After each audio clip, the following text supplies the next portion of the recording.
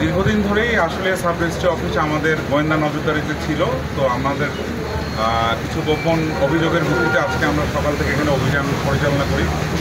অভিযান শুরু করে আমরা সাব রেজিস্ট্রি অফিসের বিভিন্ন কক্ষ তল্লাশি করি, কারা কারা কাজ করছে, এখানে কোনো দালালের দৌরাত্ম্য আছে কিনা, নকল নবিশা কীভাবে কাজ করছে, সব কিছু আমরা খতিয়ে দেখি। এরপরে আমরা গত 2-3 দিনের যেসব দলিল হয়েছে সেগুলো আমরা যাচাই করি।